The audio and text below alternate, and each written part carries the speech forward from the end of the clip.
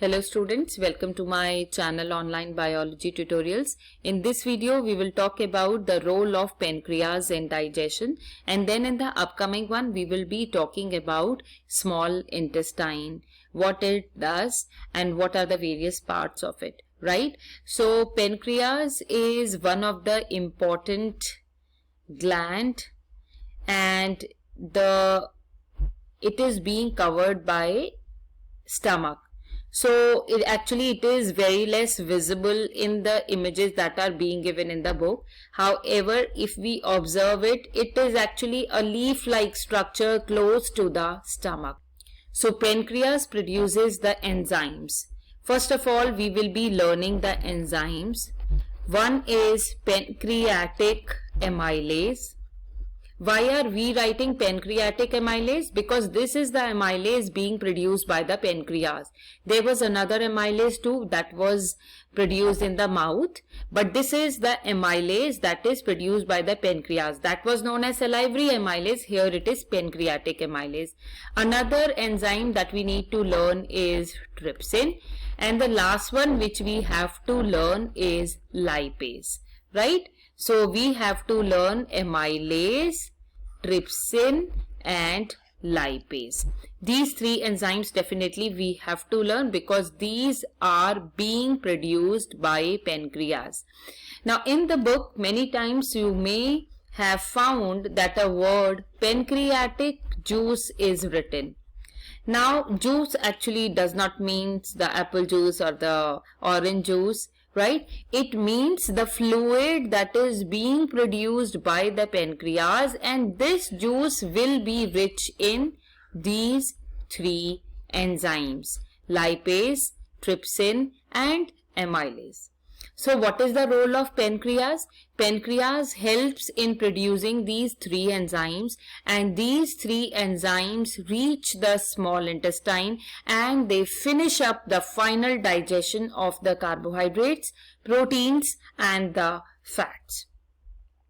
Now, another thing which we need to see is that pancreas is an example of heterocrine gland.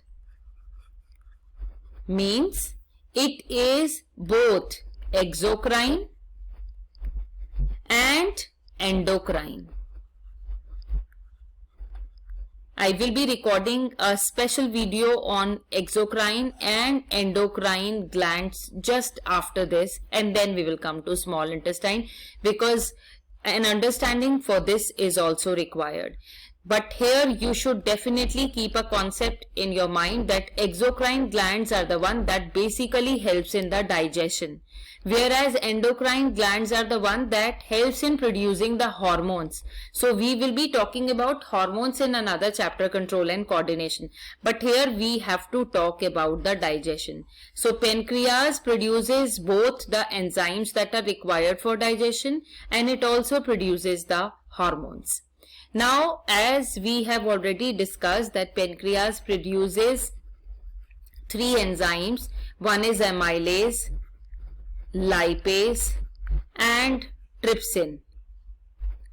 Amylase acts on the carbohydrates. This is important to learn. What is the substrate of amylase? The question will come like this. What is the substrate of lipase? So lipase will act upon the fats and trypsin will act upon the proteins. So final digestion will get over in the small intestine when we will come to it. We have already done what is the role of liver and what is the role of pancreas in digestion. Now the question for this video is, why pancreas is known as the heterocrine gland? You have to just write in one sentence why is it heterocrine. Okay, you can write your answers in the comment section. Definitely a reward will be reaching you by the reply to that comment, and even a shout out of your name will be taken in the upcoming video. If you have liked the video, please don't forget to hit the like button. Please share this video to the maximum so that each one of you can get the benefit. See you in next video with exocrine and endocrine glands.